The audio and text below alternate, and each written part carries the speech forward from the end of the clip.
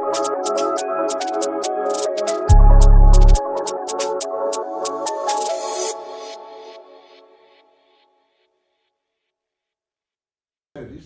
Proto-Iranian round one were 4 signs which you call hairy triangle in a rather inflammatory fashion, with different items inside. Yeah. So you have a box with a semantic indicator inside. Now this is a very, very Sumerian practice, very Mesopotamian practice. Do you have other examples of a box? Yeah, we call them composed signs, and but be careful when you say very Mesopotamian, very Sumerian, not being anachronistic, because at that time we are exactly at the same time than in Mesopotamia, and now I'm just talking about the graphic principle of why is it a larger sign? Yeah, which is going to receive another something. Yes, which in Mesopotamia can either be semantic or phonetic. Yeah, it's very probably the same in Iran also. Yeah, well that's rather interesting. Yeah. And so, just to be clear about this idea of who was the first rating system in the world. I wasn't asking you. Yeah, but I wasn't asking you. And also, there are no Egyptologists here, so you have to be very. That's not really the point. It's a matter of graphic principle. Yeah, so they are using a diagnostic point. So they are producing composed signs. But this being said, if you look at the way proto-cuneiform tablets they are recorded, they are not recorded according to lines, but according to boxes. And as you can see, the proto-Elamite tablets, they are strict lines like that, which is completely different from proto-cuneiform. And also another big difference between proto-Elamite and proto-cuneiform. No lexical list in proto-Elamite.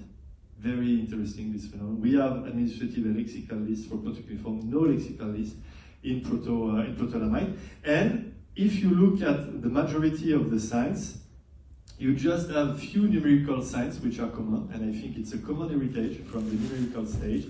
And from there, both at the same time, you have very strong similarities, numerical signs, coming very probably from the current common heritage, the numerical tablets, and all except this common core, numerical signs core, all the other signs, they are different. All the other signs are completely different. So I think the most logical explanation for that is the common signs come from a common ancestor from which both proto-cuneiform in Mesopotamia and proto-Elamite in Iran, they diverge at around 3300 BC. That's good. Because otherwise, if we say proto-Elamite comes from proto-cuneiform, okay, so why there are not much more common signs then? Which is not the case. There's a difference between trying to establish that, which I don't think is so important, is to look carefully at what we have. And you don't get swept up in which way it went or which way it went. I don't think it's really relevant. It's quite likely, in my opinion, that the origins of both these things are much, much, much older than either. Much older than either. So it's worth we're all totally at the mercy of archaeological discovery. Yeah, you have a few tablets from one room in one building, and you know they're there because somebody read an archive in Paris. It's all it's not concrete in any way. And I think, because here we are mainly talking about chronological data, and considering, I'm not saying that writing appeared at the same time in this three area, Egypt, Mesopotamia, and Iran at the same time. Very probably we are talking about the invention of writing in only one place, and it was diffused very quickly in 10 or 15 years to another place. But considering, so the idea of writing was diffused very quickly, but considering archaeology and the way we are dating and C14 dating, we will never be able to say that the idea was in Mesopotamia. I mean, it was created in 3315, and then it was adopted in Susa in 3295. Yes, 20 years. We will never have the precision to say such a thing. So I think it's better to say they are contemporary and they appeared more or less at the same time. Isn't it apparent that writing is different things at different times to different people who are seeking to express or record different ideas or different relationships to the world around them and to one another? So tense, quantity,